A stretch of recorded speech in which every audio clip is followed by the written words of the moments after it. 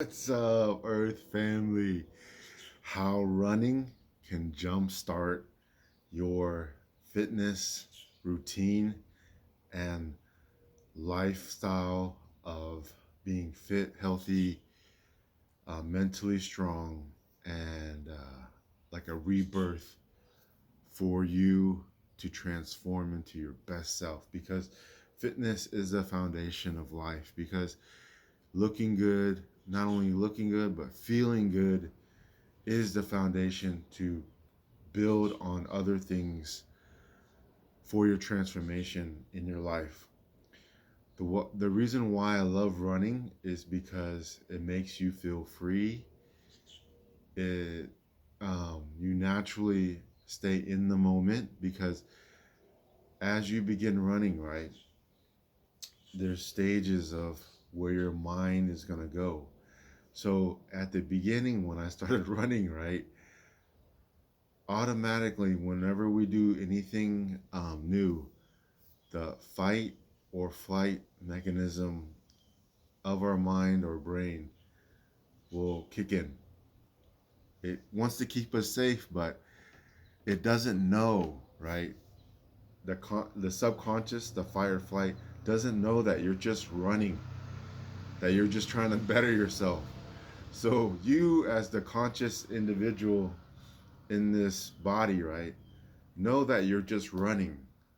But there's a part of the subconscious where that's where we have to reprogram it and kind of just step back and observe that it it is part of you, but it is not the whole you, right? But it controls so much of our life, though. That's how powerful it is, right? It is our autopilot. It's the one that drives the car. It's the one that writes with a pencil. It's the one that eats with a fork or chopsticks. These things that we have taken for granted now because we've done it so many times. So when we do something new, though, like if I tried to do things with my left hand, there would be resistance. And eventually I'd be like, I'm just going to use my right hand, right? And so changing your life is always going to be accompanied with discomfort and resistance. So to go back for the example, and you can use this technique on anything in your life, right? If you want to learn eat chopsticks, or you want to write with your other hand, or start running. So that's what this video is about, is running, right? Beginning your running journey and your running routine, not only for your mental and physical health, but building stamina, building strength, and just enjoying the moment, finding peace and solitude with nature, with God, with your body, with your gift of being ability to run, right? Like a horse. It just looks so free. It looks so in its own like mojo, in its element, right? And we have been gifted that wonderful ability to run. And we can run on any pavement, whatever, right? And I just feel so free. So enough. Let me get back to what I was gonna say about running. So the stages, right? When I first did my first 10K, the mind will go to like anything of comfort, anything to make it feel safe, right? I was thinking about food. I was thinking about like stopping, not going, not continuing, because it feels pain, it feels resistance. And so eventually I got through that mode, or that part of the mind wandering off from the fight or flight, right? It likes to wander, it likes to make up stories on why you should stop because it wants to keep you safe. It doesn't know. All it knows is that there's pain, and I don't like pain. So we have trained it to avoid pain. But if you're highly sensitive or have got in the rut, or you're you have attached uh, with coping mechanisms of comfort, whatever food or sex or pleasure or anything, to where you had to survive something at a younger age or at a part in your life where you didn't know any better.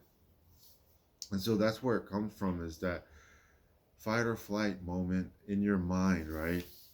That you have not learned to control and harness and master and use it for the benefit of yourself instead of the detriment of yourself, because there comes a part in your life where you have to grow from what way you had coped with pain.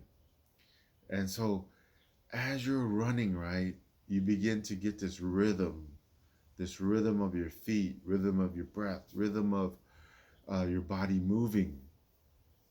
So all you have to do is keep training it, saying that I can, I will, that I am doing it. I can do it. And it's fun. I'm enjoying it. I'm enjoying running. With every step, you get more endorphins. And eventually, all right, you'll reach a point with your breathing and rhythm that you'll be able to just be totally calm. No more huffing and puffing. No more fight or flight. It's just in pure enjoyment of running, pure enjoyment of running, enjoying nature, fresh oxygen, connecting with your body, connecting with your strength, building, feeling your body get stronger and more balanced, gaining more confidence within yourself, and knowing that you can keep doing it. And there's a part that comes to mind when I talk about this, is that David Goggins, right? Shout out to David. He says your mind, right, is like, it's a mind hack.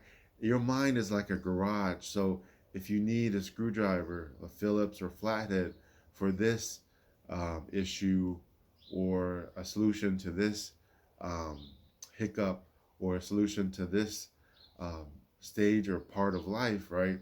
Just picture it, visualize everything. There's tools where you can, the mind works like that too, is that once you reach a certain point, right, that you don't want to keep going, then realize that all you have to do is get the rhythm on your feet. One step, one step, one step.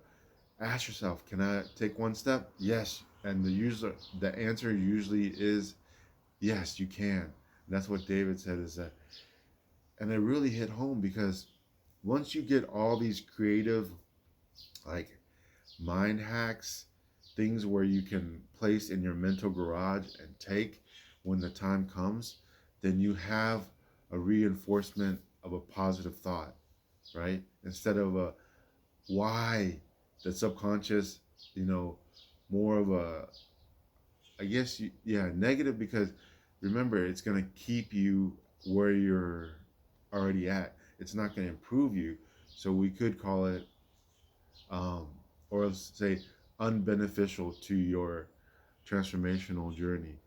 Is that thought would keep you, or the negative thought will keep you safe, keep you, stop, stop you from running.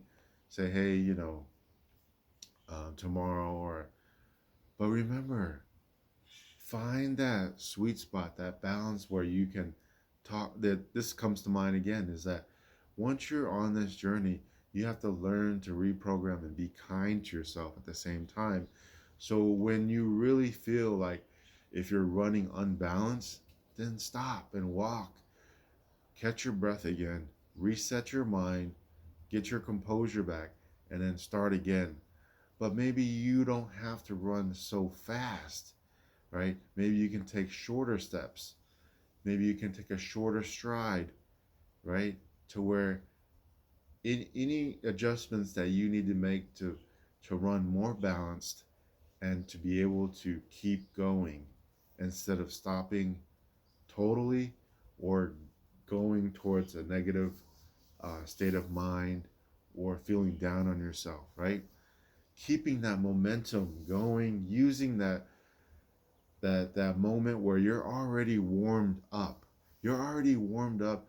You don't want to let it go to waste, meaning that you want to give 100% and get the most out of your workout, that running workout for that day, right? For that evening or that morning, wherever part of the day that you're doing this at, okay?